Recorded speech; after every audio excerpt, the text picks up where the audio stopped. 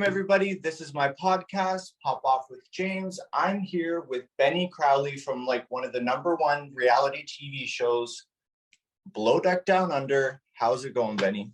Hey, how you doing, James? Thanks for having me. Yeah, no worries. I'm doing great. You're actually my third podcast, but technically my second because my first one was with a friend and it was introducing me. So This is you've only just started doing these podcasts. yeah, so I just about 2 years ago I started the Below Deck fan page, just kind of had some free time, and then I got this huge audience. So I'm like, you know what? I got to take advantage of my audience and do something about it. That's amazing, man. I'm honored, genuinely. Yeah. Again, thank you so much for being here. We'll start with your early life. I noticed that you were on a children's show called What Do You Know, where you asked kids questions about various topics, and it lasted 65 episodes. Yep. How did you get involved in that show? Was that your first taste of the entertainment industry, or were you modeling or something before then? No, it definitely wasn't modeling, but I wish. No, I started in radio. What happened was I was living in London, and I had a friend of mine from school move in with me. He ended up going on a show called Neighbours in Australia. It's a really big soap opera. And it's huge in the UK. And so he ended up moving in with me randomly. I just bumped into him in the street and he moved in. And then he had a couple of other stars from that show move in with me. And we were just having so much fun, you know what I mean? We were just going to these parties, we were going to appearances and cruising around in the van and just I was like, this is a fun lifestyle. I'd like this, a little bit of fame, whatever. Then so I went back to Australia, and then I got a job at a radio station driving promotion cars around, and then started talking on radio, and I was so nervous. I remember back then, I was just had to read the script over and over again. And then I was helping a friend apply for this job as a TV presenter for this new kids channel they were launching called ABC3. Nice. And then I just put in a video as well. And then I was like, that video was pretty good. And 3 months later, I went through all this audition process, and I just started as a presenter for that channel on another show. And then, patiently waited for my own show, which came a year later, and wasn't the most exciting television show. It was an amazing experience for sure. And then from there, I wanted to get on MTV, and I went and worked in movie reviews and things like that. And it was kind of in and around the entertainment industry for the next, 6, 7, 8 years after that. How old were you when you first started that show? Jeez, I think I was 21. On Below Deck, I literally thought you were maybe 22 or something. So I'm thinking you were 10 or 11 during that show. Thank you so much. You just made my day. I've got 34-year-old joints, I'll tell you that. Another reason why I didn't want to get in the chain locker. I've got my mum to thank for that. But I'm 34 now. So that was back in 2009. that I started doing kids TV, and I think obviously kept that vibe up until now. I think. Nice. I also see that you do a lot of things outside of the show. I saw you're a DJ, DJ Lazy Susan. Is that correct? It is, yeah. Probably my biggest passion for sure. I used to work at Red Bull, and I was one of the DJ managers and event managers there back in kind of when I was doing kids TV as well, when I was 22, 23. And then I I was I can pay myself the salary that I'm paying these guys if I learn to DJ. And that was sort of the driver. And then I just fell in love with it, and we're doing all these parties in Bondi. Then I started teaching myself to DJ and got a few residencies in Sydney, and then had a big hiatus, and then sort of got back into it a few years ago. And I've been DJing back here in Tulum, and I love it. It's a lot of fun. Definitely one of my major passions for sure. That's amazing. I see that you also live in Mexico now. Yes, I live in Tulum in Mexico. And I've been hanging out with one of your good friends, Katie. So we became quite close here over the past 3 months. She's a very good friend of mine now. And I've been living here for the past 6 months. Basically, I moved here because of COVID. We were locked down in Australia. Below Deck was an amazing experience during COVID, but it was very tight. The lockdown laws were intense. It was insane. And people would just get locked down every states would get locked down, and I was kind of running from the lockdowns. I just packed my car and boosted. And then eventually, I got to a point where, like, Melbourne had been locked down for 18 months, Sydney had been locked down for 6, and I was like, I got to get out of here if I can. Got an exemption to leave because I had to come over and actually shoot stuff for Below Deck in LA. And then thank God for that, literally Below Deck sort of, was one of the reasons I could get out of the country. I had to get permission from the government to leave, and I just sold my car at the airport in Brisbane, and I had a friend in Tulum, and like literally just flew 50 hours and with 2 bags, and here I am. That's awesome. I'm actually so glad that you took the opportunity to do the show because you're such a good part of it. Thank you. I appreciate that. Yeah, no worries. I noticed like on the first episode that you said you came from like a 10-day silent yoga retreat. What is that? Yeah. Oh man, I laughed like when I got the message to go on Below Deck. When I see myself on television, obviously the editing puts you in a, at your highest and lowest moments. So, but they still happen. And, I see myself in these states at the time, and I was relatively happy inside. At least I thought I was, and I went to this yoga retreat for 3 months to sort of recover from my parents passing. So I went there, to heal and, have time to myself. And then I ended that with a 10-day meditation retreat, just trying anything to, recover from the craziness of going through 2 parents that were very sick. I sat in a room. Just silent, not saying anything? Silent. Like I had a room, and then we'd move into the temple hall. You'd get gonged at 4 a.m. I mean, this is like, I ain't doing this every day. Trust me. Like I can't sit still for 3 minutes. Like I was like, this is the craziest thing I could ever imagine trying to do. And so it's 4 a.m. They gong you, and then you go into this room, and it's like you're going to war with yourself. It's sort of just like, you like prepare yourself, and you sit down, and your legs hurt and everything, and you're just and after 3 days of silence, you're like, there is so much going on in my head right now. Like it is. It's amazing, you know what I mean? Like you haven't said a word, and you really see what's going on up there. And I pushed through, and 16 hours a day, 9 hours of meditation, and then they feed you twice per day, and they take away your phone, they take away everything. There's no connection to the outside world. They take away your keys, and you can leave anytime, but you put yourself in there. And I came out the other side, and I was a little worried, to be honest, because I was like, I've lost my mojo. But it quickly came back after a few days. And then, I got the message from the casting team at Below Deck asking if I would be interested. And I laughed. That's amazing. It must have been such like a contrast between nothing to like insaneness, You couldn't write a juxtaposition in terms of like experiences. Like I literally laughed out loud when I got this message from one of the casting directors saying, hey, would you consider being on Below Deck? Because it was 5 days after I left this retreat, you know what I mean? And I was like, no way, there's no way I'm doing that. And then I got this like excitement back that I hadn't had since I was on television 10 years before, you know what I mean? It's hard to describe. It was like this stimulation, this energy that, was just coming out of me. And I was like getting goosebumps, and I was like, I got to listen to my body right now and just do this. Like, this sounds like exactly what I need to do right now. This sounds perfect. And here we are. I wanted to say, I'm so sorry to hear about your parents. My mom is my best friend of life. Like when I even think in my head of something happened to her, I literally almost cry. So I can totally assume the pain that you're going through. So I just wanted to say sorry about your parents. I appreciate that so much. And, thank you, James. And, I'm good now. I'm going through I'm actually doing the work, like a lot of work now. And, in terms of like healing the trauma, because it's interesting, I actually did go quite numb, but like it's like when Dad passed, that was kind of a relief because he was sick for so long, and it was like, okay, now Mum can relax, Mum can be free, like I can look after Mum, she can enjoy herself, because she was full of beans, man, like she had so much life, she wasn't old or she looked young. She was coming back at 4 a.m. She's like, why are you partying so late? I'm like, you're coming back at fucking 4 a.m. Like, what's wrong with you?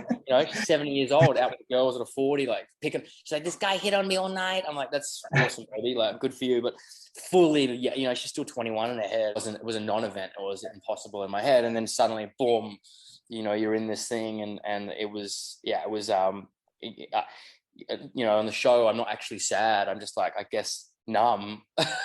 You go through like periods of grief, right? So. Yeah, it is. But you never know what's going to happen, what's around the corner. And I'm very lucky that I actually got to spend a lot of time with her, even when she was sick. was quite a beautiful experience. Do you believe in spirits and like, she's kind of your guardian angel and maybe you got this opportunity because she was looking out for you kind of thing? Yes, definitely. From episode 4 onwards, that she was looking out for me. Oh, No, I'm joking. I'm joking. I'm taking the piss, but like it absolutely. I definitely believe in more than what meets the eye. And I've got her ashes with me right here. I had them on the boat with me. She just asked me before she passed, like just take me everywhere, take me on all the dance floors and around to all the experiences. And so she was actually with me on the boat the whole time, and her spirit comes in moderation. She was an Asian tiger mum, and if anyone out there knows what that is, if you know, you know. So her spirit's allowed in moderation, maybe twice a week. I was going to ask you about your racial background and how that's maybe influenced your career or your life going forward. Yeah, I'm very grateful for it now. It's seemed to have blessed me later in life with youthful looks, and I'm starting to look at myself in the mirror and go, that's all right. But when I was younger, it was tough. It's not. I was the only sort of half Asian dude at school. There wasn't many people of color. I wasn't never regularly bullied, but of course you get a cop a bit of shit. And the boys still do it. Like it's never going to stop. And I learned to appreciate that. And in Australia, especially where I moved to for high school, which is Adelaide. I was the only one playing footy. I was the only one doing all the stuff. You cop a bit in there, but it's Australia, and it's very endemic in the culture. And I see a lot of stuff where people don't really see me, taking Captain Jason's banter from the get-go, but I can assure you that I saw exactly who he was from the get-go. And, when he sprayed me with water and stuff like that, definitely having a laugh with him, on the bow, when he was spraying me on the bow, like, you don't see everything. I was definitely giving him a little bit back as well. So it's very much in the Aussie culture. And growing up half Asian, I definitely appreciate it now more than I did when I was younger, but it's a beautiful thing. And we're all going to look like this one day. Yeah. Awesome. So I want to move on to a different set of questioning about the show. Before then, I kind of want to change the energy just by saying that Katie told me that she loves you to have a good interview. Oh. She loves you so much, though. Oh my God. I love it too. She's beautiful. We became very, very close here. But I just like looking at her for who she is. You know what I mean? She's great on the show, but she's lovely. Before, when we were talking, you mentioned that you were actually in the background of the season with Aisha and Jack on Med. What's the story there? Yeah, that's when I just started yachting. I went out. I had to get capital back for my business because I'd lost everything, and I was like, how do I do that? I need to make money quickly. And I'd heard about yachting years before, and it was quite difficult going in at the age of 30, I arrived in Antibes and I was dock walking. I was like going up to the back of boats, like asking if I could scrub the teak. Me. What an amazing, humbling experience for sure. At the time, everyone would party at this place called Hop Store. And there was an air. It's so funny recalling this now because, like, having done the show, it's like there was this air of excitement. Like, below deck's coming, and like everyone's like, waiting for them to come, and the camera crew rolls in and like on fire, and they're just dancing in front of the cameras, and you're like, there's this energy in the room, and I'm in the background, like dancing like an idiot, and I had to sign indemnity forms and whatnot and everything. And it's so funny now because I haven't actually thought about that, but like I fully get it because when the camera's on you, just like you think you're invincible, and you just go in there and you dance on dance floor by yourself, and like you go to the bar and you get served immediately, and you're in this little bubble. And it's so interesting having seen it from the outside and having been in there. Yeah, but I didn't actually meet Aisha or Jack at the time. Both of them I know quite very, very well now. I teach Jack trading and obviously work with Aisha. So and just by chance I actually ended up knowing both of them afterwards. So the universe is a funny thing. Yeah, I see like a lot of the cast members, they know each other from even before on the show. Like they've worked on the same boat or they met on the dock or blah, blah, blah. Almost feel like it's like a tight-knit community, even though it's all over the world type of thing. Yeah. I mean, it is a small community. it's an amazing job, especially when the end of the workday is over, because it is like you're just somewhere exotic in the world, and there's 7 boats, and then all the crews go out together. It's undescribable. It is, one of the most amazing experiences I've had, and then you get to know everyone, and then you come into a different port, and then you see this other boat that one of your good friends is on. You get excited, and you had no idea that they were going there. So everyone gets to know each other quite quickly, and especially now on Below Deck, there's like so many series and episodes. It's a small industry, and so we're seeing a lot of people that do know each other or know each other from previous seasons and whatnot, and it's going to happen obviously more and more as the show progresses. Yeah. Why do they always change the cast so much? Like, they keep 1 or 2 people and then the whole new boat. Like, how come they don't keep a season after season? Do you know anything about that? Or I have no idea. I've got no idea how they operate in that regard. It's reality TV, and like everyone loves the drama, and it's like you've got new people coming on board, and you've got new faces and new drama and new people to love and whatnot, and it's a show like as the seasons go on, like they'll probably bring people back when the dynamic's correct and whatnot. Yeah, I don't know about that. It's just who's gonna do crazier stuff, I guess. If you put me on now, you probably get a real different show, to be honest. I've been partying in Tulum for 4 months. I haven't come out of a yoga temple. So, who's your favorite chief stew? Not including Katie. We'll go Kate, Hannah, Adrienne from season 1. I don't know if you remember her. Francesca, Heather, Aisha. I really enjoyed watching Kate. I loved her interstitials and pieces of camera. I just thought she's hilarious in the time I have seen that. Hannah, again, she's just got that sass. I remember seeing the episode when she went and like banged a charter guest, and and she still got away with it. You got to love it. So those 2 for sure. With Aisha, I haven't actually seen. Obviously I was on the show with her, so I haven't seen her on the show yet, but I love that girl to death. That's pretty much it for sure. Yeah. Prior to this interview, I went on my Instagram, I went on my Facebook page, I went on Twitter, and I was just like, hey, I'm interviewing Benny. What do you guys want to know? One of the most questions that I got on Facebook was your sexuality. They think it's kind of ambiguous. They don't really see you talking about women or guys. And they want to know if you're comfortable answering that question, if you define yourself one way or not. I'm asexual. Asexual. No, I'm joking. No, I actually have a beautiful. Okay. I was processing a lot, and I look back at it. I was going through the trauma, and my heart was closed. If I'm going to be honest, you know what I mean. I wasn't looking for that at the time. I hadn't had sex in a year. It's a long time, you know what I mean, since mum passed or whatever. I hadn't been in that space. So Below Deck was kind of, I was open to it for sure, but it was moving into that. But I have a beautiful partner here, and I'm straight. I am straight, yeah, but no doubt about it. Yeah, but she can vouch for you. She can vouch for me. Yeah. I'm a little rabbit, but I am in touch with my feminine side, and I'm not macho masculine until you push me too far, I guess. But and that's just me, and yeah. So sorry to the guys out there. I did see another question. I'm only going to swing for Brad or Leo. Not Captain Jason. Not Captain Jason. I didn't want to ruin your question, but yeah, he's not quite up there for me yet. But Brad or Leo, look, why not? Wow. Captain Jason, it's how could you be so good looking? He must just get anything he wants in life, Yeah. He's loving it at the moment. Yeah. He deserves it, I mean, shit. He's been gifted by God. Let him enjoy it. Exactly. One of the biggest storylines of the season is obviously Chef Ryan and Aisha. I had Chef Ryan on my first podcast, and there was a lot of backlash because he kept talking about Aisha. What is your opinion on his treatment of Aisha? Do you think it's inappropriate? Do you think that it's just 2 people bantering? What do you think?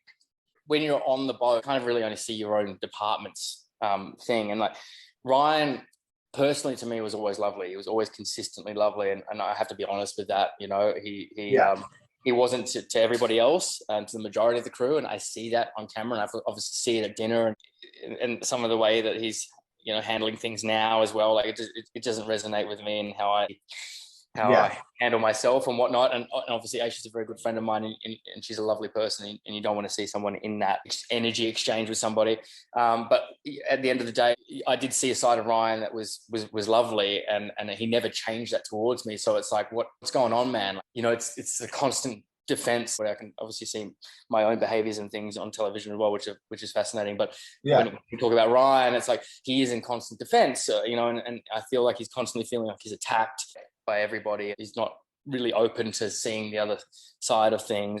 And then it's what we see on television is heated exchange with Aisha. The thing is, I think it's quite difficult to get into that kind of with Aisha. I can't imagine ever having an argument with Aisha. I don't understand it. I just watched it, and the entertainment's there. And To me, right, she says it best. She says, when Aisha sees Ryan, she sees an when I see Ryan, I see somebody who's hurt, who's lashing out.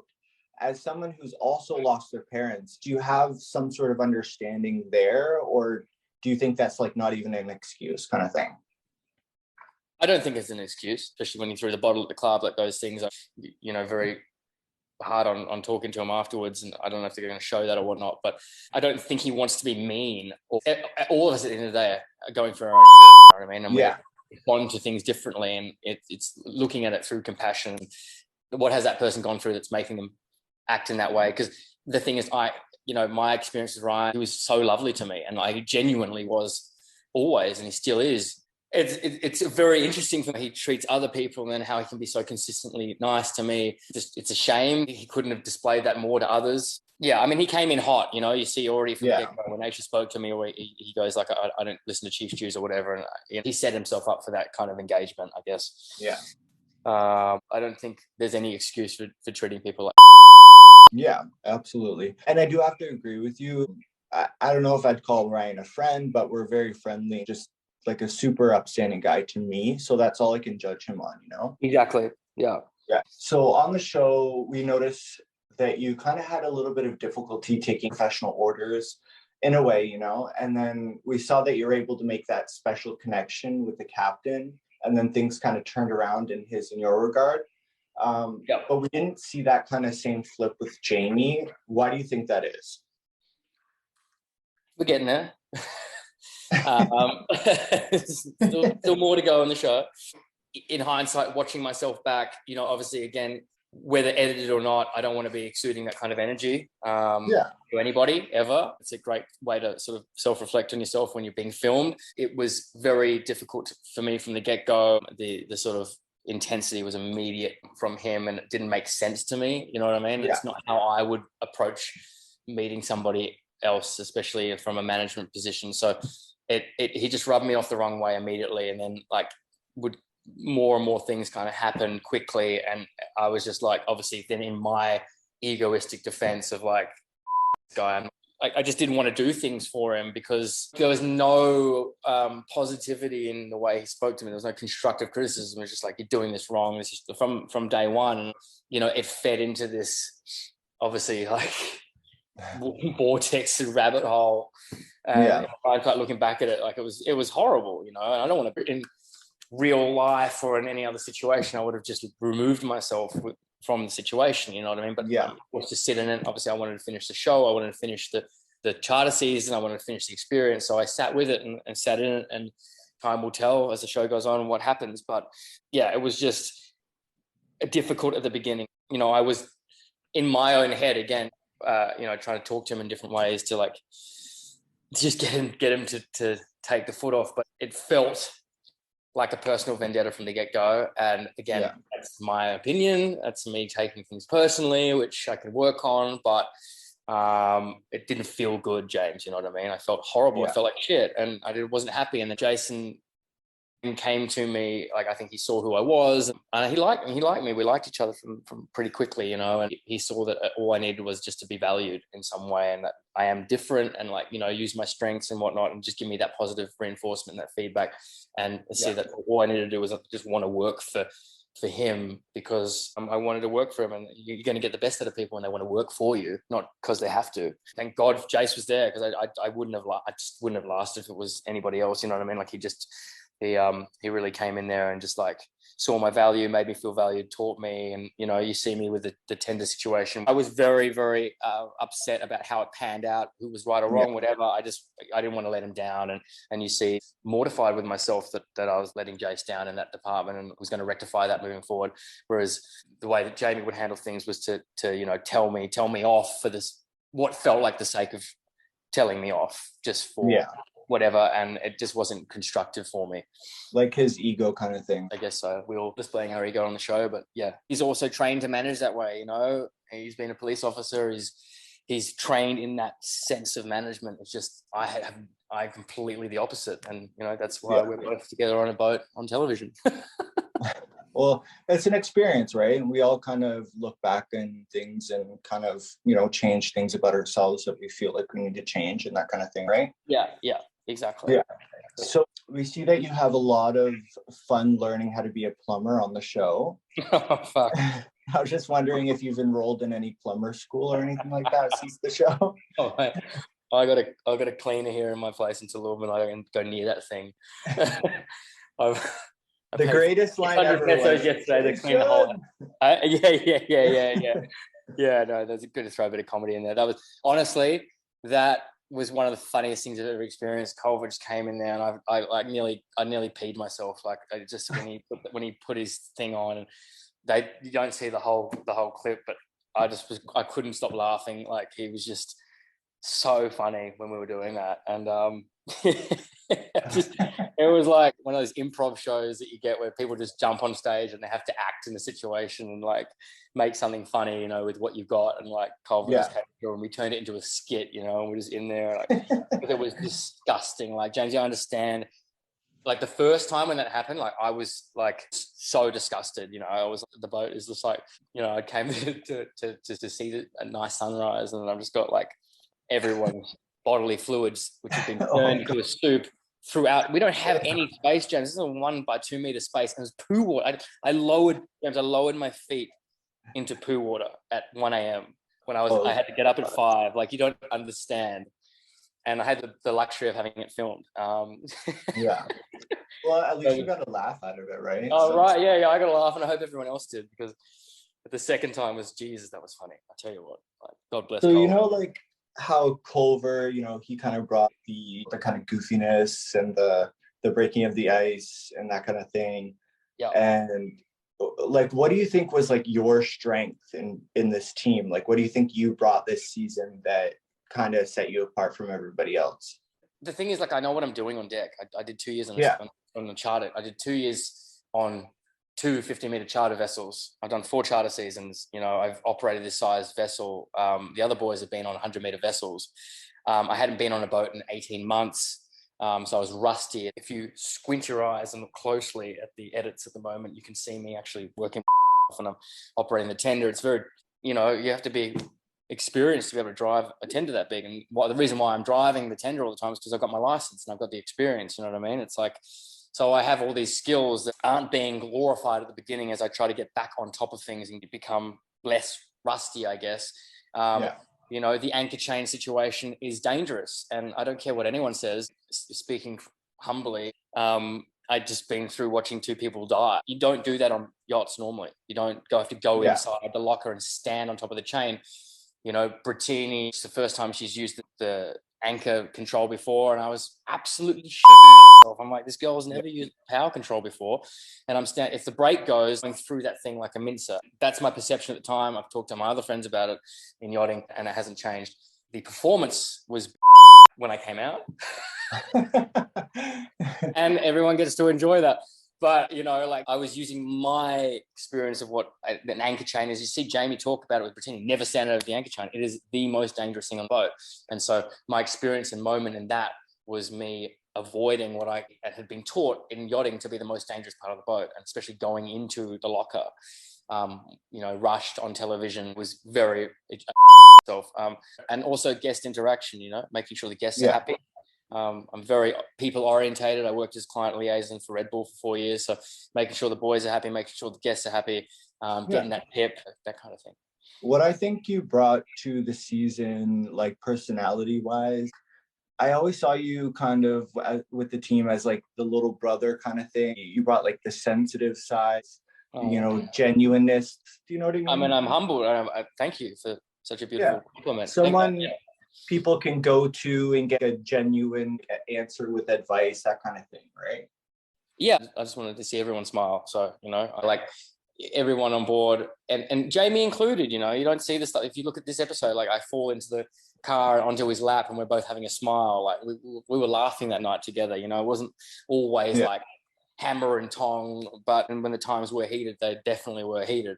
And we're going to talk more about that. But yeah, I guess so. I am sensitive and I want to talk to people and get to know who they are and what they're about and what makes them tick. And I'm glad that you see that on the show and thank you for the compliment. No worries. It's actually a really good quality. And I think that like every friend group, every team, every kind of dynamic needs somebody like that, right? Yeah. So Hannah is like one of my all-time favorite below deck people ever. And I just always ask this question just because it's such a hot topic. We won't dig too far into it, but I just want to get like your opinion. So on other boats, do you see, like if somebody says, give me a Tylenol or give me a Gravol or something, is that very stringent? Like you have to go to a book and you have to log it kind of thing. Do you experience that on other yachts that you've worked on? Look, I'll just say that I used to at some point use prescription medication. I had a little bit on a yacht and I never had to log anything. Yeah. But again, I don't know what the situation is here. Like I haven't really seen that happen a lot. I haven't, it depends on the nature of the medicine, of course, but yeah. So I'm just going to fire off a couple of questions just to end the interview here. I just want to ask you how reality TV is for you. Do you think you're going to continue with it? If you're asked back, is that something you're going to go with, or, are you done with it? Oh, like I had so much fun, and like if I'm asked back, I think I'd strongly consider it because it was just such a great experience for sure. And like, it's nice to be back doing television again. It's raw and you can't hide. And, it's just a nice exercise, I guess, for yourself. So I'm enjoying it. I don't know if I go in like dating sex shows or anything, but like below deck, maybe Big Brother or something. I don't know. Yeah, I'm loving it. Okay, so we're just gonna go on to some crazier questions. What was your wildest sex story? My wildest, like in yachting or just in life? In life. Give me your wildest. Oh, I've got a new wild sex story every day, don't I? Jesus, I've been going crazy in Tulum. I said to one of the producers below deck with Katie, let's just take the cameras down here because you'll get some juice. Sex on the beach a couple of weeks ago. I can't think of anything in particular. Yeah, you're just keeping it interesting. Yeah. Okay, so we're gonna do F, marry, kill, but we're gonna call it spicy time. Marry, toss overboard, in spirit of the yachting aspect. Aisha, Brittini, or Toomey? Okay. Marry Toomey. I think that's self-evident. Aisha, Brittini to throw overboard. I Aisha, because I love Aisha and she can hack it. Brittini, spicy time because she needs that, obviously. Yeah. Spicy time for Brittini. Just that's what she wants. Have you had any boatmances on any other boats? I've screwed a lot of other crews, and not my own. And that's not because I didn't want to. There was nothing tempting enough to jeopardize my job. Yeah. And what do you think is the most attractive attribute of a woman? A passion to grow as a person, an individual. Oh, going through that right now. Yeah, I mean, she's beautiful in physicality and everything, but just an eagerness to grow. Nice. Is there anything else that you want to add? Is there anything that you want to, say your opinion on or anything like that? This is the first interview I've had for the show, and it's been fantastic. And I really, really appreciate your time and asking me lovely questions and whatnot. And if we chat again, get dirtier, it's fine. And I'm glad it's been such a pleasure to be one of your first podcasts. And I hope we talk again. Yeah, absolutely. And, thanks for being so cool about answering whatever question. There's nothing off limits. I really appreciate that. I know that you do trading and you have a couple businesses. So if you want to plug those here, I can tag them and you can talk about them real quick. Cool. I'm a currency trader. That's why I went into yachting, was to get capital to trade with. And because I'd lost a lot previous 3 years. And then now I've moved into coaching trading. So I have an online course that I teach sort of intraday, intra-week trading, and I'm also about to release a short-term scalping course. Basically, I teach you to make consistent money in the markets, and I have written software that automates a lot of it. And yeah, that's basically it. That's www.mindfultrading.io. I run mentorships where we do one-on-one group training that they go for 3 months. I have a few successful clients. I've only been doing it for 6 months. Jack Stirrup, one of the boys from Below Deck season 4, just passed his test for a $200,000 account. Pretty exciting. He's been trading for 2 years, but I've been working with him for 3 months, and we've got him across the line. That's going to come out on my Instagram soon, and his story and how he's gotten to where he is. But yeah, it's very exciting. It's so lovely to have gone through this whole journey with yachting, and then to be on Below Deck, and then to sort of be where I wanted to be with working for myself. And that's another reason why I don't like being told what to do. You want to be your own boss. I want to be my own boss. So there you go. The secret's out the bag. Where can we find you on Instagram? Can you give us your Instagram handle? Yeah, my name is Benny, BENNY _Crawley, CRAWLEY. And yeah, reach out, say good day. I'm looking forward to meeting everybody. I'm loving it. I've had some beautiful messages come through for me about helping people, give them hope and inspiring them from my story. When I hear that type of stuff, it's just like makes me, really, really happy to have sort of taken that step and to have, gone into the gauntlet and shown myself, I guess. So get in touch and keep watching. Enjoy the rest. There's still plenty to go, and it hasn't even started. Nice.